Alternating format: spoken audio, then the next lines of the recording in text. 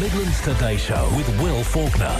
Will Faulkner. On Midlands 103. Midlands 103. So it's time to introduce our Friday panel. Bartle D'Arcy is General Manager of Belvedere House and Gardens near Mullingar. Joe Cleary is Principal of Shinrone National School. And Heidi Higgins is becoming a regular on the Midlands Today Show. She is a designer and owner of a boutique in Portlaoise. Guys, good morning.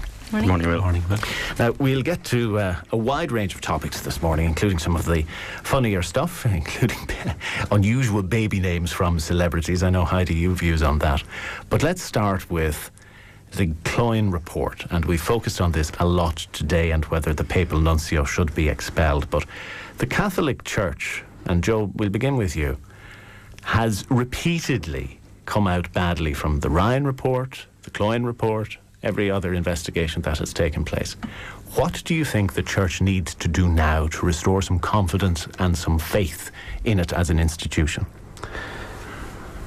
Well, as you said, the Church has come out very badly out of this, and the most important people in all this are the people who are abused. We mustn't forget that. And I think in all the discussion that I've heard on this, there hasn't been enough, I think, about the actual what has happened to these people and what is going to happen now, because in one of the most important things that came out of it was that nobody was charged with any of those offences. Something has to happen there in Cloyne.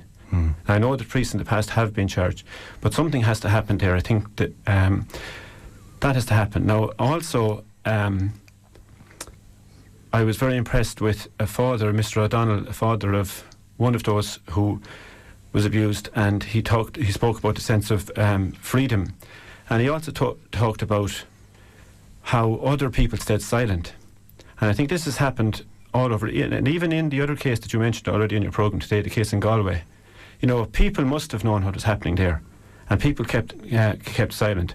So say, for example, this weekend, I know it must be there, we all know there are lots of good priests and there are good bishops there. But I think that they have to stand up now, and they have to make a statement. And even in today's paper again, I haven't seen very many statements from the other bishops. So I think that they have to. I would like to see our priests this weekend standing up and not just apologising, but reassuring the people that this is not happening in their parish. I think that's what people want to happen. You see, also, therein may lie the difficulty. We've had reports from Ferns, we've had reports from the Dublin Archdiocese, Cloyne, and there is an audit taking place in other dioceses around the country, and hopefully those results will be made public. But is that perhaps why the bishops around the country are keeping so quiet? Because they know at some point in the future they too will have questions to answer. Then the best thing for everybody to do is to open up and to invite in to bishops to the sooner that this audit is done, the better. It shouldn't take that long to do an audit.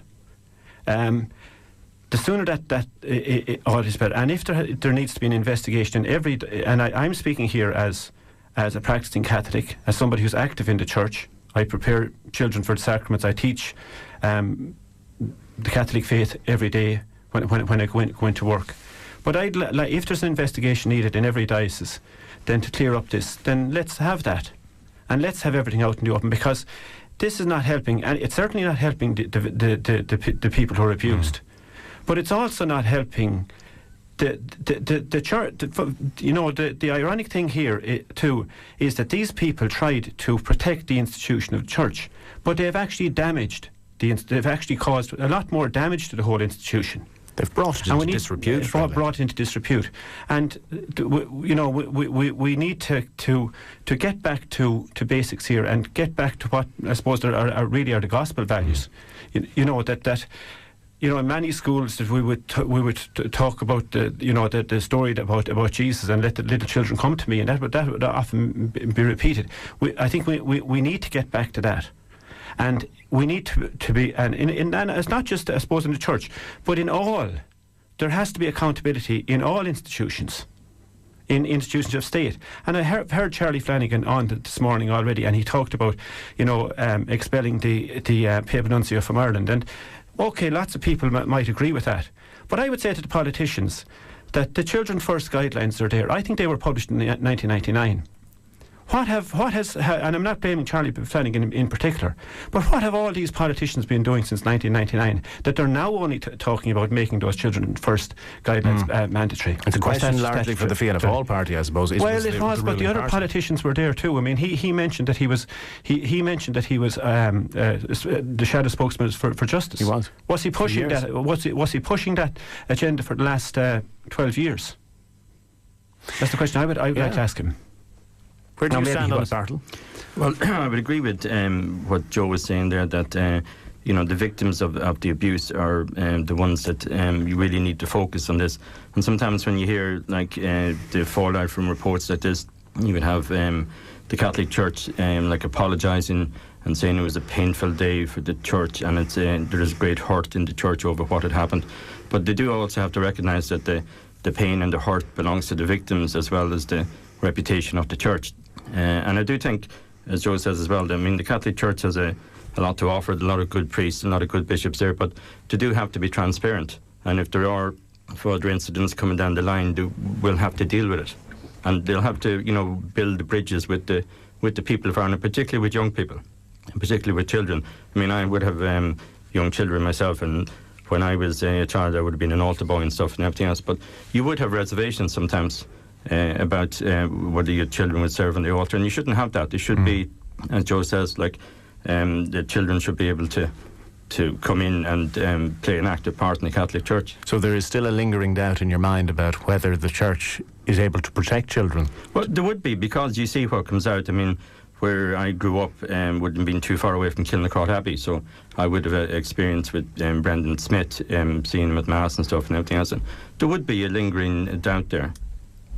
And when you hear statements from the Vatican and you hear how the Vatican behaved and directed priests and discouraged them from reporting, do you think there is a disconnect between the Church in Ireland and the priests in the parish who minister to the sick and who do all of the good work, and the hierarchy in Rome who issue their diktats and don't realise the sentiment and the feeling here in Ireland? Well, yes, I mean, the Church would be centrally run from Rome, and what goes against that in the current report is the fact that perhaps Bishop McGee had such a role being private secretary to 3 popes.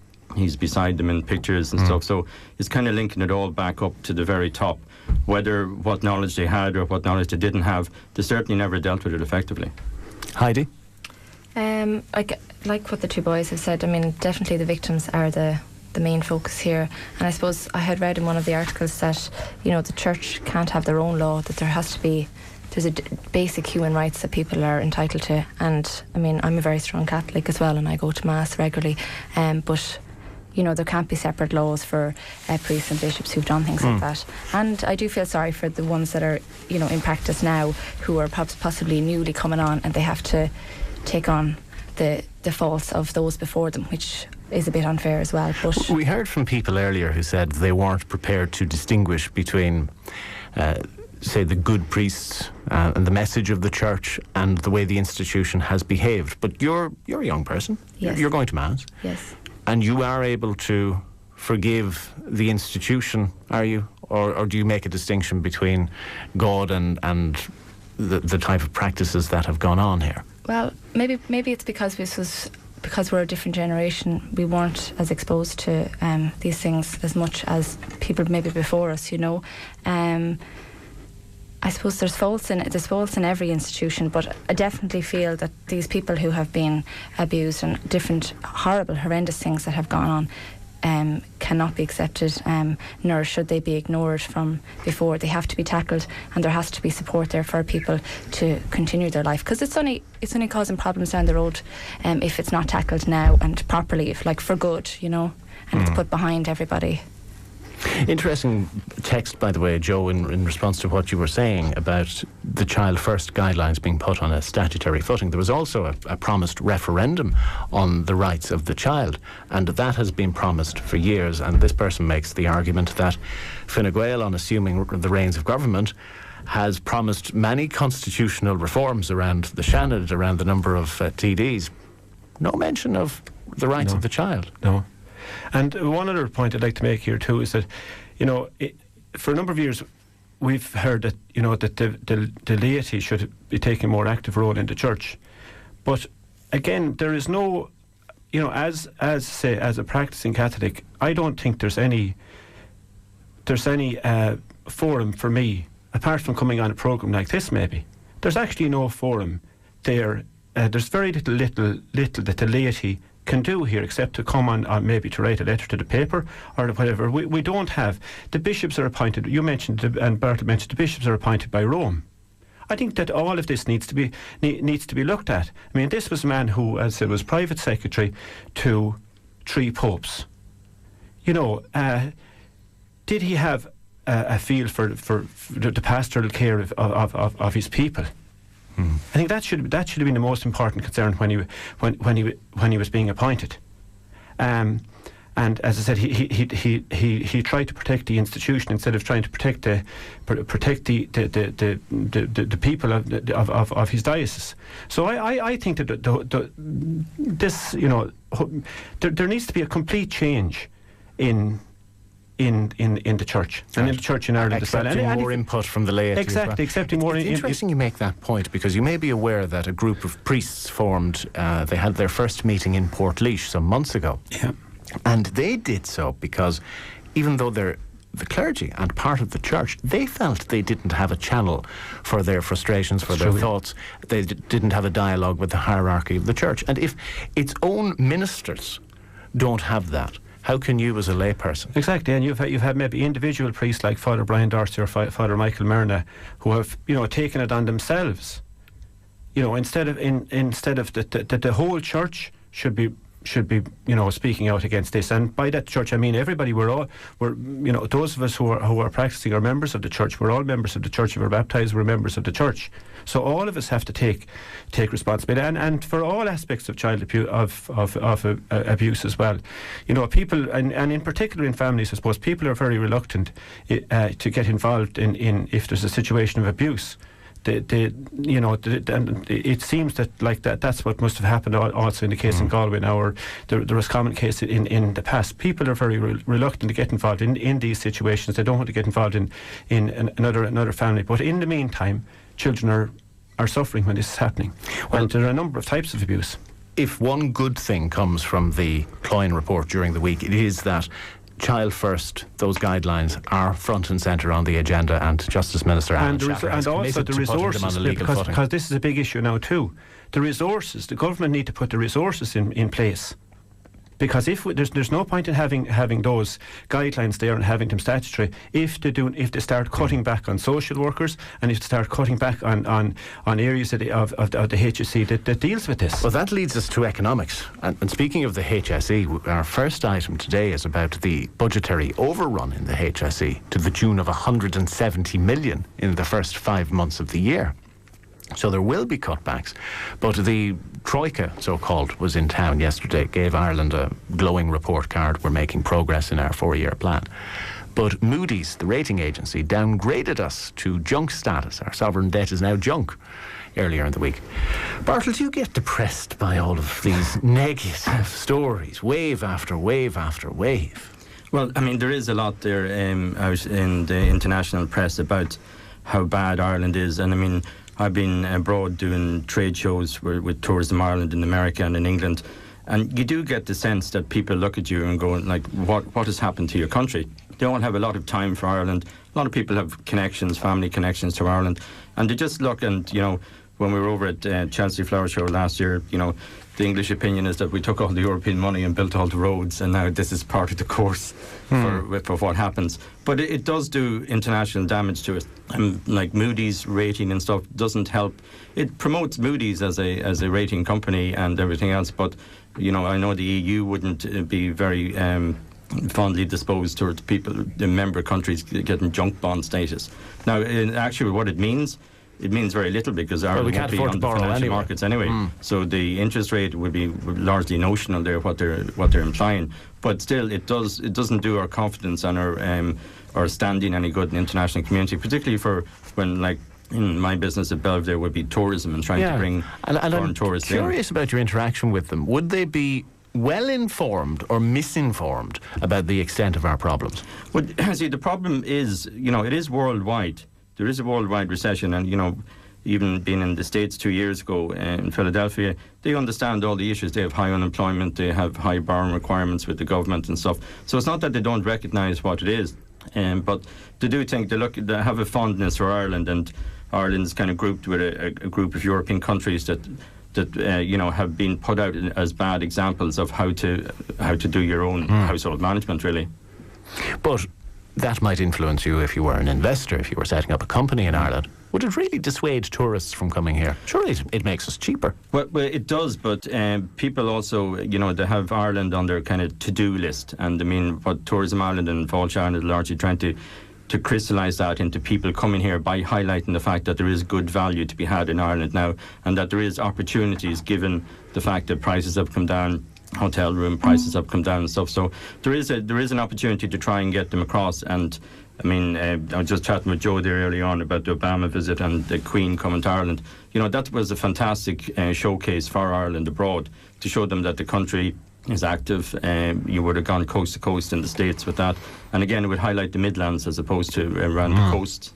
At the risk of being slightly negative, though, we've discovered during the week that instead of costing €21 million, the security arrangements came in at €36 million. Yeah, near to 40. Now, you operate budgets in Belvedere House. If you went back to Westmeath County Council and said, "Ooh, I overspent by whatever it is, 80%," what reaction would you get? I wouldn't get a very good reaction now. I mean, our budgets are very tight this year because we understand the economic climate that we're in. But, for something like that, they're looking at, first of all, making sure that no incidents happen with these things, so that it would be very hard to put a figure in advance on what you needed to secure both high net worth individuals coming to Ireland. So, there was an overrun. Perhaps they should have looked at it at the very beginning and say, instead of trying to keep it tight and say, well, look, this is the realistic cost of it. Because that's what happens even with the HSE as well. They don't put like a proper figure on what it will cost to run for the year. They try and dampen it down, and then you end up with overruns. But you can't get away with that in other sectors. No. Certainly not in the private sector. Heidi, again, coming back to these headlines, Ireland having junk status and all of the other bad news. A week ago we were trying to drum up positive publicity for Portlaoise. I know. What effect does all of this have on our willingness to spend and part with our cash? Oh, I don't know. I mean, it's very hard. There's two sides to it, really. I mean, there's different, I've been to different fantastic things that have happened here in Ireland, the Taste of Dublin and different events, and you see money is flowing, people are drinking champagne, it's a completely different side to it. I was at the Irish Derby there a few weeks ago, and it's there's been fabulous things going on, so there is a positive side out there. But negativity will always sometimes override different things that are happening. It is troubling times for people. It's very, very hard. It's very hard for businesses, but people just have to be creative and push it, because I mean, for instance, I can't just decide to say I'm not going to do next season a collection, and people can either buy old stuff that's hanging on the rail if they want to. You have to move on. Your budgets will be tight. You have to be creative about how you do things, and push for it. And people will always want to, there will always be people there that want the new things, that want to buy new things. So you have to kind of keep a positive outlook. These stories are dampening on all businesses. They are, but we highlighted a story earlier from irishjobs.ie, and in the second quarter of this year they had more vacancies advertised than in the previous quarter. Good news, more jobs. Well, in theory. Did you hear about it anywhere? Was it front page of the Irish Times? Did it feature prominently?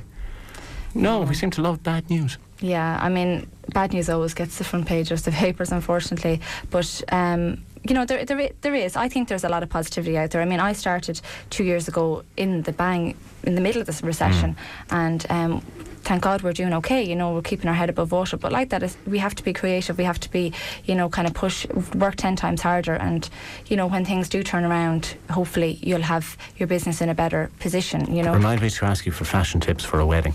No problem. A wedding coming up next Thursday. We want to lighten it up after the break. We have to focus on baby names and some other unusual stories from the week. Well, seeing as this is Will's last day on the show for a couple of weeks as he heads off and gets himself all married, we decided to put a little collage together of stuff you don't hear on the radio from Will Faulkner. Now that that's out of the way, Okay, I really need to read this. Albert, did you see your one in the studio there? She even sounds sexy. That's what she said last night.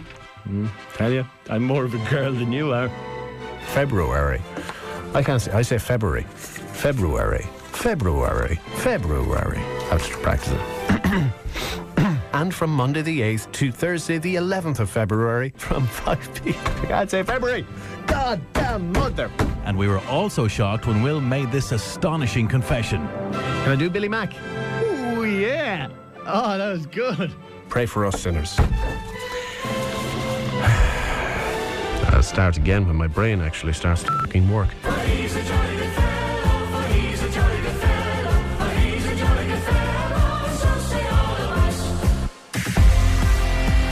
The Midlands Today Show with Will Faulkner. Midlands 103. Lovely. Yes. Thank you very much, my esteemed colleagues. And Robbie Donnelly had a hand in that as well.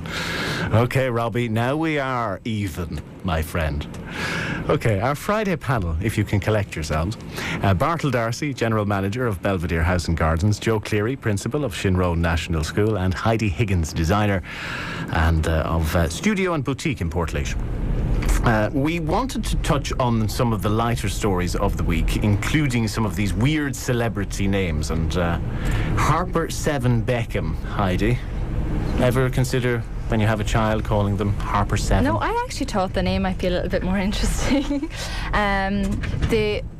The Harper it's a nice name. It's an American. It's very much an American name. A lot of people are saying that's possibly after Harper Lee, who wrote To Kill a Mockingbird. Yes, or Harper Collins, his publishers. Oh, very good. Yeah. Or apparently the boys, her three boys, had a kind of an idea of their own from the Waverley Wizard of. Was it the Wizards of Waverley? Yeah, is that it? Yeah. And there's apparently a character in that called Harper. So the 7, I think, is a bit strange. But I was Googling it all right last night, and I believe there was an episode in Seinfeld where they one of the characters, his wife or partner were pregnant, and he was convinced the baby was going to be called 7, and she was having none of it, that it would suit a boy or a girl. But they always come up with second unusual names. I mean, the baby's probably just going to be called Harper, so it's not that strange, really. Well, there was a character in Star Trek called 7 of 9. She was a Borg. 7 of 9. But the 7 comes from a few different things. Like possibly she was born at 7:55, or July is the 7th month of the year. Somebody else had said that David has OCD, so he's very kind of to do with numbers, quite a lot of things to do with numbers, so that kind of was had to be put in there somewhere. Maybe it's how many seconds it took to conceive her. Well, who knows? Isn't 7 his brand number, though? Yes, because he his plays jersey in number number, yeah. jersey 7, and he has a range of products all linked in with 7 and stuff, so strange that you brand your child, but... Yeah, but like, look, kids are called so many different names now. It's the Marys and the Johns aren't used as much now as they used to be. They're not. But funnily enough, the Irish Examiner released a list of the top 20 pet names during the week, which were far more normal or traditional, if you like, than some of the baptismal names. Really? We tend to call kids strange things these days, don't we? We do, but I think there's something kind of nice about that. Like when I'm doing my collections, I actually call my dresses names because it's easier than giving them a style number. So when I'm dealing with the factories or whatever, the machinists, that people, it's easier to say, that dress, because you'll visually remember that's the whatever Jane dress as opposed to dress number 1, 2, 3 or whatever. And when we go up on the website, all the dresses have names. Like, I'm not the only one to do it, lots of different people do it. And what's the most unusual name you've ever christened a dress? Christened a dress. What have I got coming for next season? I think that's right. Maybe Daphne. Get the plug in at the same time. Yeah, maybe Daphne is in like that. Well, I know there was a Daphne Guinness, but I always Google girls' names on the website, and you do get like top 10 names from different, like from America or from France or whatever, and there's some really unusual, quirky names. I think the most important thing is that people can pronounce the name. It's nice to have something a little bit more quirky because you stand out a little bit. Your Daphne dress, possibly. You never know. Imagine your Michael jacket, your Sam underpants. It doesn't really work for men at all, does it? No. Well, men are just you're so complicated. Your clothes are completely different. Your definitely, it's a different kettle of fish altogether. But women like it. When I have something in the paper or something, somebody could ring and say, do you know the Jane dress that was in the paper? I really want that, or whatever. Inquire about sizes. So it makes it just easier for people to, which dress they're talking about, as opposed to them describing it. It's a branding. Did either of you gents get adventurous in naming the kids? Not hugely. Now you tend to use family names. I have 3 children: Megan, Patrick, and Bartle Jr. But my name, Bartle D'Arcy, is a Joycean character. It's in The Dead, and it also occurs in Ulysses. So I have quite a few stalkers on the internet wanting to know where I got my name from. But Joyce would have visited Mullingar as well as living in Dublin. It's the only other town outside of Ireland that he had any connection with. So it can be useful for talking to Joycean scholars and stuff, because it'll always grab their attention. Is Bartle a standalone name, or is it short? It comes from Bartholomew. Yeah. It wouldn't be an apostle's name. And if you're west of the Shannon, it would be softened down into Bartley. You might have heard of that before. If you're down in Cork, it could be Bart or Bat or something like that. So. Interesting. And I had a friend called Bartley Flaherty in college. A number of years ago, yeah. He was actually, I think, he was from the Aran Islands. Yeah, but that would explain the Lee bit. It would be common enough there, but I think actually Harper is a nice name. Harper Beckham. I don't know the 7, maybe the 7 came from David's number for Manchester United. I was just thinking, I wouldn't have an awful lot of interest in what the Beckhams do nowadays since Beckham moved from Man United. I was just thinking that maybe that was his jersey of Man United, but then of course he left there and went to Spain after Boston. I was thinking maybe we should just stop trying to figure it out, because we probably never will. Is Heidi Brave wearing pink to the studio today? I think you're coming. Pink. This the story. Pink on the basis. Are we going to talk about the Muppets now? Are we? If Shane Ross is outside, you could be in trouble. What did you make of all that? Storm in a teacup, Bartle? A little bit, but I mean, the guys, Mick Wallace and Ming Flanagan and Shane Ross, they would be relatively new in the Dáil. There are pickup mics all over the Dáil. It's a journalist field day to have something like that, and it's splashed on the front page of the papers and stuff and everything else. But, if you want to, it's an unfortunate throwaway comment, but if you call somebody a Muppet, you're going to get tarred by the same brush yourselves as well. So, it is a bit of a storm in a teacup, but it's also, a little bit of a entertainment for the masses, I think, as well. Yeah. But at the same time, they were wrong to do it. It was ungentlemanly. And I think, in fairness to Mick Wallace, he did apologise. And he apologised profusely. He apologised because he got caught. Because he got caught, yeah. But at least he apologised. But let's be honest. Ming Flanagan hasn't apologised. To my knowledge, he hasn't apologised yet. Anyway, and I think it wouldn't. I think he could apologise now. To be honest, wouldn't hurt. No, it wouldn't. But how many of us here, let's be honest, have never passed a remark about somebody's appearance when they weren't listening? Anybody care to stand up and say, "Oh, I'm an angel"? I never did. Oh, I don't know. I mean, I think it was very much blown out of proportion. But still, they are supposed to have respect for all the other members that are in the Dáil. But I mean, I certainly think it's really important that they bring in this new law, or not law, but the dress code. Well, the dress code has been scrapped. Has been scrapped? Yeah. Oh, really? They believe, again, the media will have a field day talking about all the pressures on Ireland's finances and the economy and hospital services being cut and so on and so forth. And Dáil Éireann is preoccupied with how TDs dress. Well, they feel it doesn't reflect well. Oh, to me, I think that's absolutely ridiculous. I think they should be just told that's it. Just this thing of talking about it for days and days is ridiculous. I mean, it's something really, really simple, and it's just professional that they go into I mean, judges don't go into court and wear whatever they like. There is a dress code. I believe they have to be in either black or navy, or the barristers, and they have their to play their part. And I think for them to wear a suit is not that big of a deal, and it looks a bit silly when they're on television in the pink t-shirts and whatever that Mick Wallace wears. Well, there was an article in the Times today about it. You were saying it's a simple matter to introduce, but there's a Dáil Procedures Committee, and there was another committee that maybe had to consider it as well. So it's not simply a case of flicking around an email, a memo saying, guys, shirt, tie, slacks.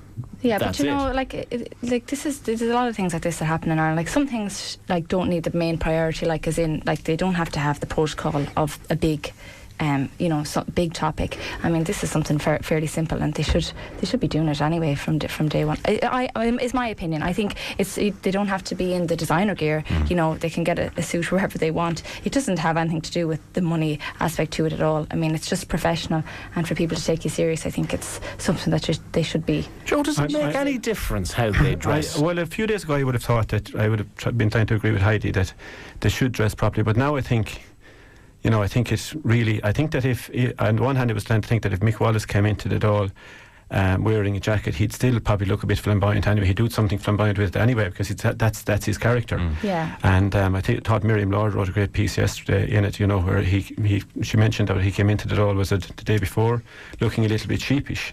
And then I think she said that, well, that wasn't a sexist comment, that even though he's white, his hair resembles a sheep, a bit of an ovine similarity there, So, but I think that there are more important things to be talking about. And I think if people are dressed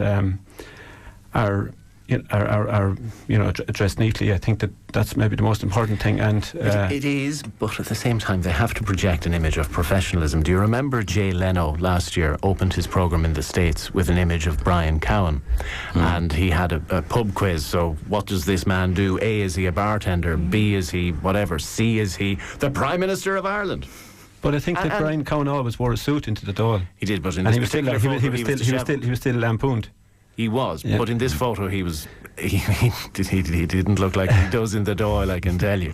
So if you imagine a photo of Mick Wallace with his pink shirt and his big hair appearing on American television or on the front page of some newspaper as a representation of Irish politics, it doesn't bode well, does it?